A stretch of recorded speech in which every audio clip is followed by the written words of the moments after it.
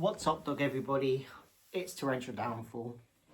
Today, we're talking about a personal favourite band of mine that defined the goth rock aesthetic of the early 2000s and created, a very distinct, unique sound.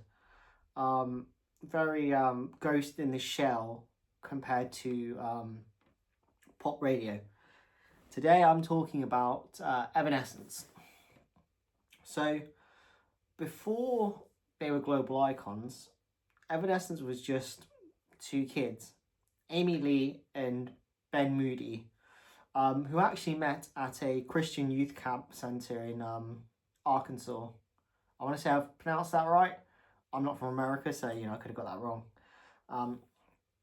They cycled through a few kind of like edgy team names like Childish Intentions and Stricken before landing on that perfect fit.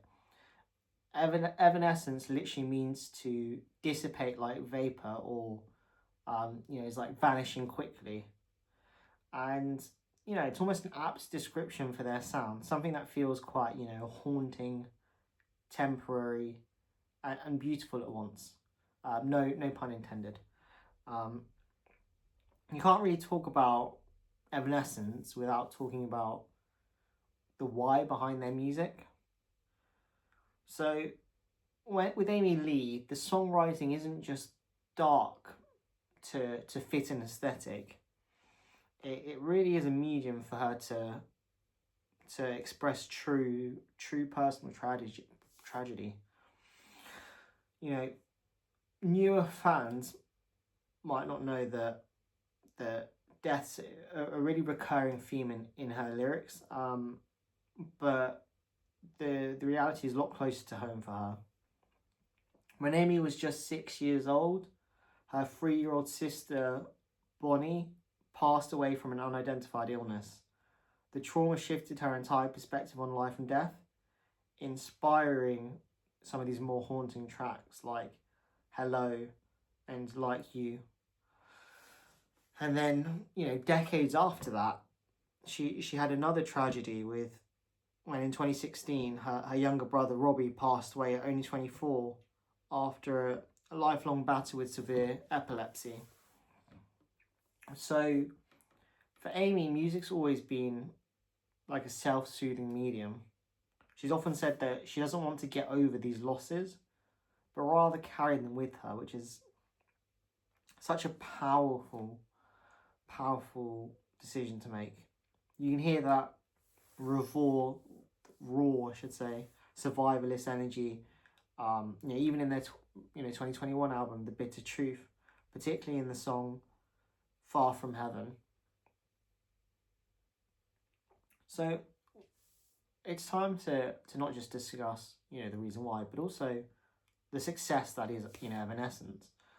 When Evanescence hit the scene with their debut album Fallen in 2003, it didn't just become a hit. It was really a cultural reset. They sold over 17 million copies worldwide. And in 2004, they didn't just show up, they walked away with Best New Artist and Best Hard Rock Performance for Bring Me to Life at the Grammys. Now, historically, you may know that Eminem has a big beef with the Grammys, and a big reason for that, is the award of Evanescence, winning in 04. I love Eminem and I love Evanescence. And I think they can both be appreciated, but maybe, in some people's opinions, the Grammys have not been the kindest to the rap scene. Whereas, you could say now that maybe the Grammys underappreciate rock nowadays compared to what it used to be. But yeah, Evanescence have had multiple #1 albums, with The Open Door and their own self-titled album actually, debuting at the top of the charts. But if you think that Evanescence lived and died in the noughties, then you might want to think again, actually. They're having a massive resurgence in, this year and last year, finding a whole new audience thanks to their high profile collaborations.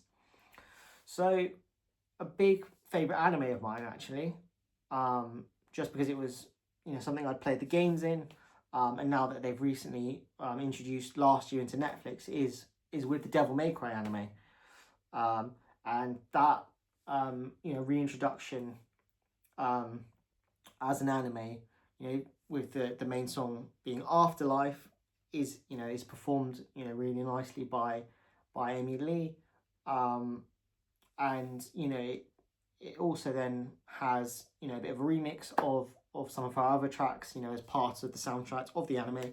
Definitely worth a watch, but maybe something I will talk about in a future video. She's also done some of the backing music for Ballerina, which is a John Wick spin-off film. So definitely still in today's mainstream attention, so to speak. But anyway, I know I'm just going off in different directions. The point I'm trying to make is Evanescence is more than just that rap rocks song from 2003, and they proved there's immense power in being vulnerable and loud about your pain. The 10 songs of Evanescence that I would suggest you listen to, in no particular order: Lithium, Everybody's Fool, Whisper, Tourniquet, Bring Me to Life, Afterlife, What You Want, My Immortal, Lost in Paradise, and of course you can't forget Going Under. But what do you think? Did you grow up with the likes of Fallen, or are you just discovering them through the Devil May Cry or Ballerina trainers? And which track do you think defines Amy Lee's legacy the most? Thanks for watching, everyone, and as always, as long as it hurts no one, do something nice for yourself today.